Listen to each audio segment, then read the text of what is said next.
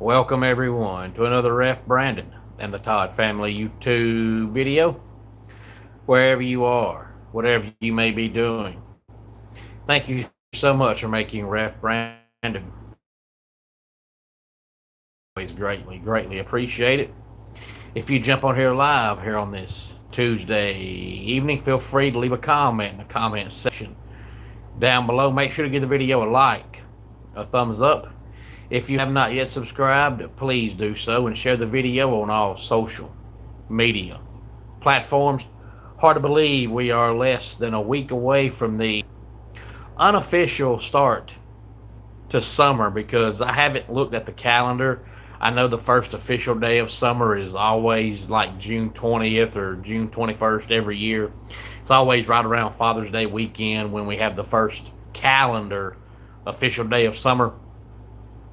But most people call Memorial Day the official start to summer because all the kids are out of school by Memorial Day. Now, when I was in school, that wasn't so. When I was in school, we didn't get out until around the middle of June, but now the kids get out around mid-May.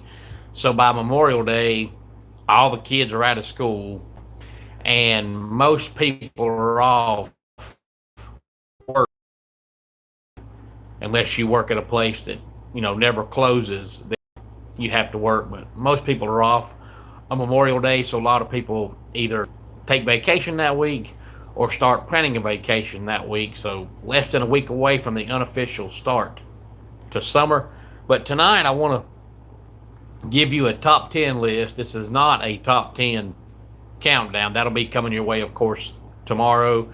And just to prove that it's not a top 10 countdown, I'm not going to go down this list 10 to 1. I'm going to go down this list 1 to 10. Whereas on a top 10 countdown, I'd go down the list 10 to 1. But it's a top 10 list.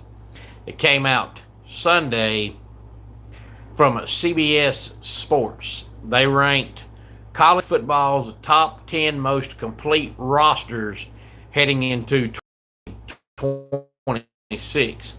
But the article is confusing because when you read the article, it says it's from Alex Byington from On3.com. Good evening, Kevron.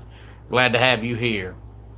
As always, and every day is a good day to be a Clemson Tiger fan, but the article says it's from Alex Byington of On3.com, but it's a CBS Sports article. Makes no sense. If it's from Alex Byington of On3.com, why wouldn't it be an On3 article when they have their own website? Hey there, Abby. Glad to have you here. I'm doing fantastic. And Abby, I think it's my first time that I can recall, anyway, seeing your name in the comment section. If it is your first time being here, for whatever reason made you stop tonight by the channel, thank you very much. Feel free to give the video a like, a thumbs up, subscribe to the channel, tell your friends, tell your family about the channel, and share the video on all social media platforms. If you are new to the channel, you don't know this, but if you watch me enough, you'll know that I'm always good. To me, there's no such thing as a bad day. We as humans let bad moments create bad days, but that didn't make the day bad. You let the day go bad. A lot of us wake up in the morning time, and before we get out of bed, we'll stub our toe, and it makes us mad, and we pout for 4 or 5 hours because we're mad that we stubbed our toe. Or we go outside and we step in dog doo-doo on the front porch, and we stay mad all day long about stepping in dog doo-doo. Those aren't bad days. That's us thinking that a bad moment made that day bad. In reality, that's not so. So in my world, every day is a good day. And Abby, tonight my live stream is about college football, but I talk NFL, I talk NBA, I talk NASCAR, I talk wrestling, and then I do top 10 countdowns, which will be tomorrow. Every single Wednesday I do a top 10 countdown here on the channel, and those sometimes are about sports, might be about movies, music, restaurants, vacation places, cars. You just never know. But tonight I'm talking college football from Alex Byington. On3.com Sunday released college football's top 10 most complete rosters entering 2026. Number one, Texas. Now, as I go along on this top 10 list, not only am I going to tell you the teams that have the top 10 most complete rosters, but I'm also going to tell you what Alex Byington thinks is each team's best position group heading into the season. But Texas being number one, their best position group is wide receiver. And it's about time that Steve Sarkisian does something. I don't know what it is about Steve Sarkisian, but it seems like, most head coaches that either underperform or people think underperform, people talk about them. And for whatever reason, no matter where Steve Sarkisian goes, people don't talk bad about him. And I don't understand why he's different than everybody else.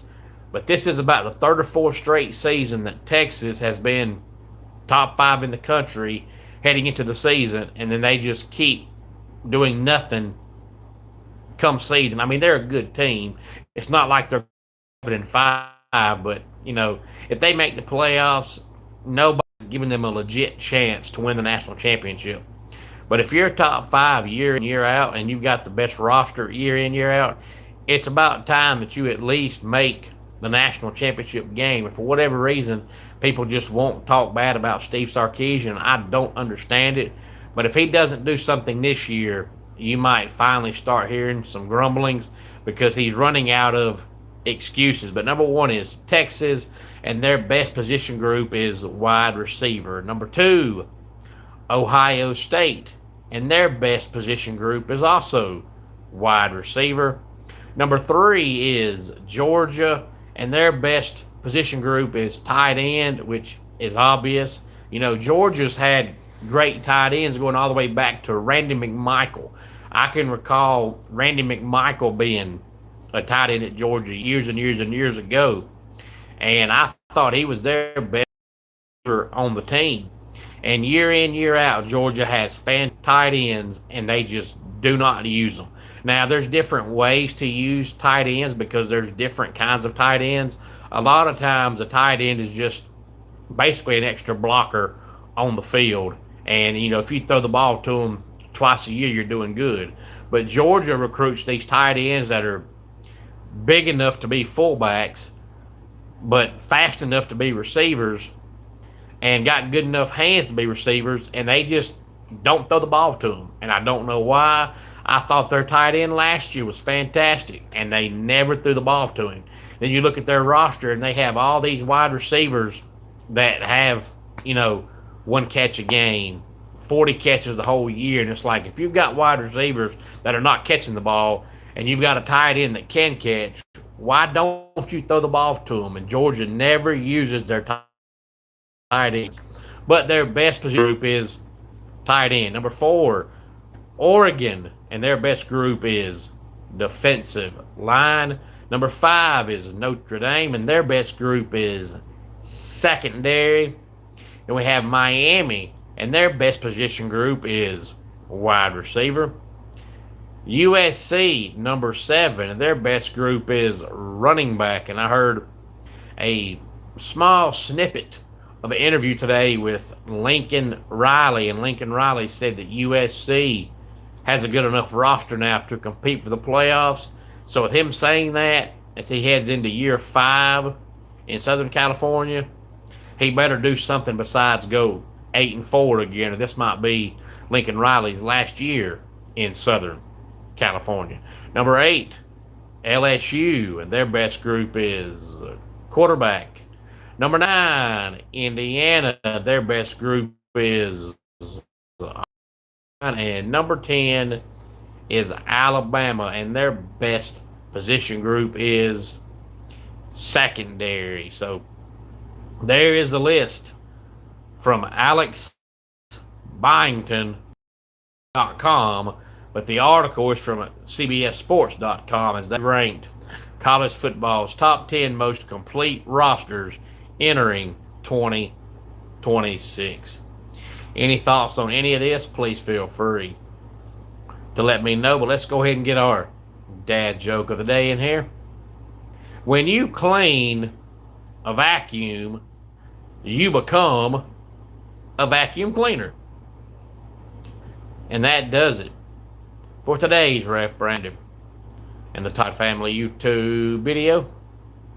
Until next time, it's Ref Brandon, and just like in pro wrestling, life can be over. Count of three.